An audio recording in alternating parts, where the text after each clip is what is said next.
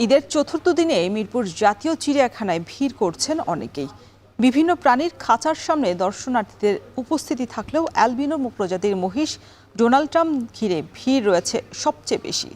ঈদের ছুটিতে বিনোদন কেন্দ্রের চিত্র জানাতে মিরপুর জাতীয় চিড়িয়াখানায় আমাদের সহকর্মী আছেন মিয়া আমিরুল। এছাড়া নন্দন পার্ক থেকে যুক্ত হবেন সহকর্মী হুমায়ুন কবির এবং মৌলভীবাজারের মাধবপুর লেক থেকে যুক্ত আছেন সহকর্মী এম এ হামিদ। শুরুতেই আমরা রাজধানীর বিনোদন কেন্দ্রের খবর জানতে চাই। আমিরুল, জানাবেন যে ঈদের এই ছুটিতে দৈনিক কত দর্শনার্থী চিড়িয়াখানায় ভিড় করছেন, আর বাড়তি দর্শনার্থীদের চাপ সামলাতে কি ব্যবস্থা নিয়েছে কর্তৃপক্ষ?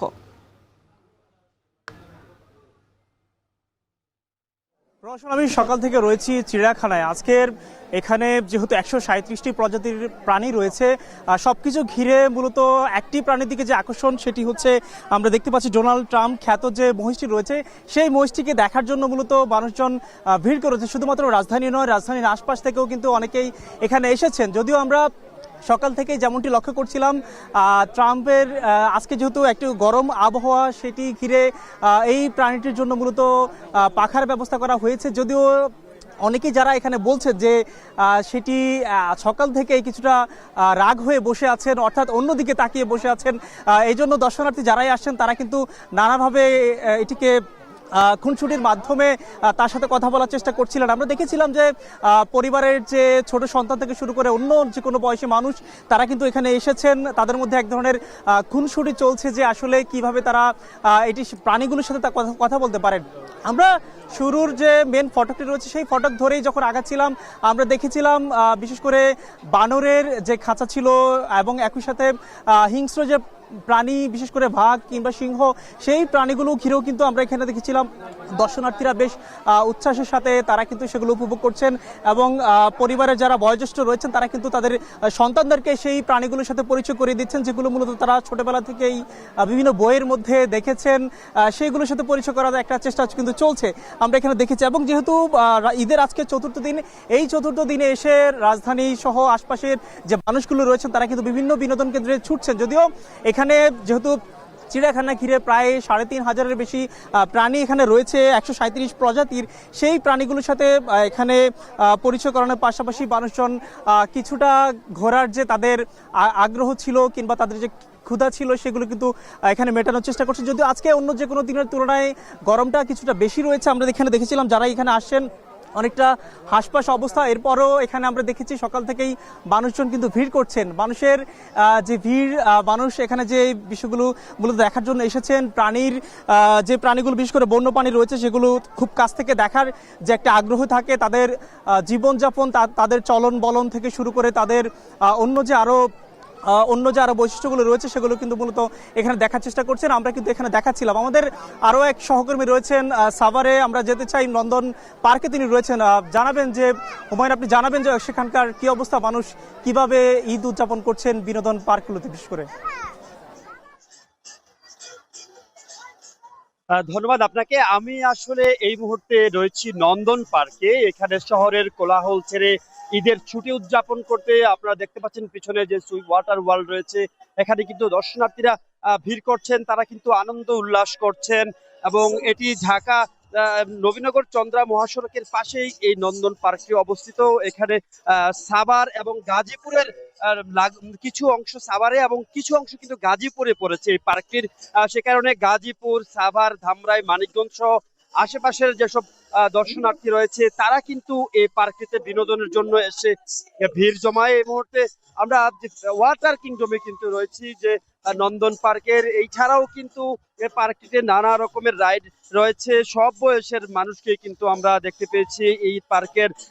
রয়েছে নারী, পুরুষ, শিশু সহ বিভিন্ন বয়সের শ্রেণী পেশার মানুষ কিন্তু এখানে ঈদ উদযাপনের জন্য এসেছেন। তারা কিন্তু নগরের যে কোলাহলকে ছেড়ে একটু মুক্ত বাতাসে এখানে একটু আনন্দ উদযাপন এবং ঈদ উদযাপনের জন্য এখানে এসেছেন। চতুর্থ দিনেও কিন্তু আমরা দেখেছি উদযাপনের একেবারে কমতি নেই, একেবারে এখানে জনস্রোত নেমেছে বলা যায়।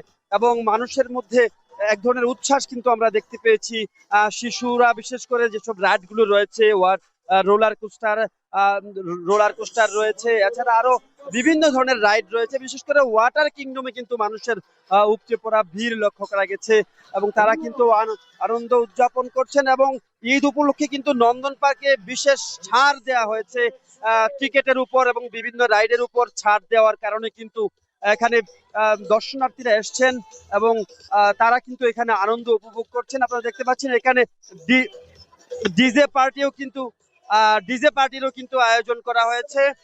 সব মিলে আসলে একটি উৎসব মুখর পরিবেশ কিন্তু এই নন্দন পার্কে বিরাজ করছে। নন্দন পার্কের বিভিন্ন রাইড গুলো বিভিন্ন বয়সের মানুষরা উপভোগ করছেন এবং বেশি মানুষের উপস্থিতি হওয়ার কারণ হিসেবে পার্ক কর্তৃপক্ষ জানিয়েছেন ঈদ উপলক্ষে তারা ছাড় দিয়েছেন, সে কারণেই কিন্তু মানুষের উপচে পড়া ভিড় এখানে লক্ষ্য করা যাচ্ছে। এই ছিল নন্দন পার্ক থেকে আমার কাছে বিস্তারিত। এবার যেতে চাই একটু মৌলভীবাজারে, সেখানে রয়েছেন সহকর্মী আব্দুল হামিদ।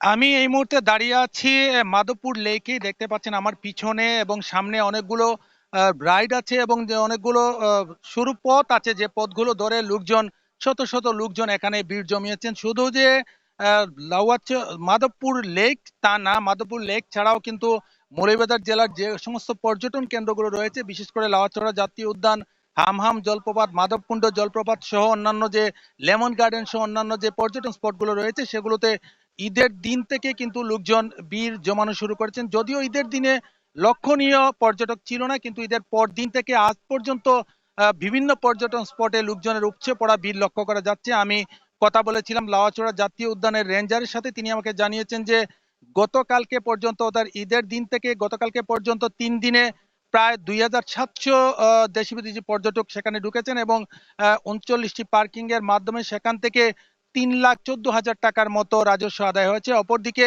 কথা বলেছিলাম মাধবকুণ্ড জলপ্রপাতের কর্তৃপক্ষের সাথে, তারা জানিয়েছেন যে গত 3 দিনে প্রায় 17 থেকে 18,000 পর্যটক সেখানে সমাগম ঘটেছে। কথা বলেছিলাম আমানিপুর পার্কের কর্তৃপক্ষের সাথে, তারা জানিয়েছেন যে সেখানেও 3 দিনে প্রায় 5 থেকে 6,000 পর্যটক এসে ঘুরে গিয়েছে। এছাড়াও অন্যান্য যে জায়গাগুলো আছে, বিশেষ করে হাকালুকি হাওর অন্যান্য যে হাওরগুলো আছে, বাক্যা বিলগুলো আছে, সেগুলোতে কিন্তু লোকজন বিচ্ছিন্নভাবে ঘুরে বেড়াচ্ছেন এবং সবচেয়ে বেশি যেখানে ঘুরে বেড়াচ্ছেন সেটা হচ্ছে হামহাম জলপ্রপাত, মাধবকুণ্ড জলপ্রপাত, Madhabpur lake, Lawachara, lemon garden সহ অন্যান্য যে স্থানগুলো রয়েছে সেগুলো তারা ঘুরে বেড়াচ্ছেন। আমি অনেকের সাথে কথা বলেছিলাম, তারা জানিয়েছেন যে রাস্তাঘাটগুলো যদি আরেকটু উন্নত করা যায় এবং বিদ্যুতের নিরবিচ্ছিন্ন বিদ্যুৎ দেয়া যায়, সেক্ষেত্রে হয়তো পর্যটকরা আসবে এবং সেখানে তাদের উপভোগ করবে। এবং এ পর্যন্ত যাদের অনেক পর্যটকদের সাথে কথা বলেছি, তারা বলেছেন যে এত বেশি ভিড় ছিল, যেখানে এসে তারা চাঁদের গাড়ি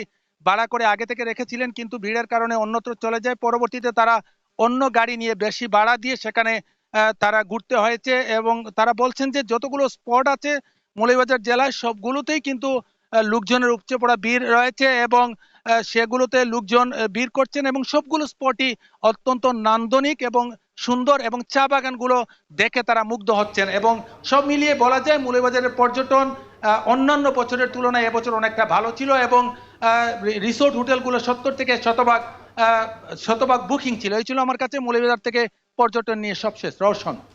ঈদের ছুটিতে রাজধানী সহ রাজধানীর বাইরের বিনোদন কেন্দ্রগুলোতে ভিড় করছেন দর্শনার্থীরা, সে খবরই জানাচ্ছিলেন সহকর্মীরা।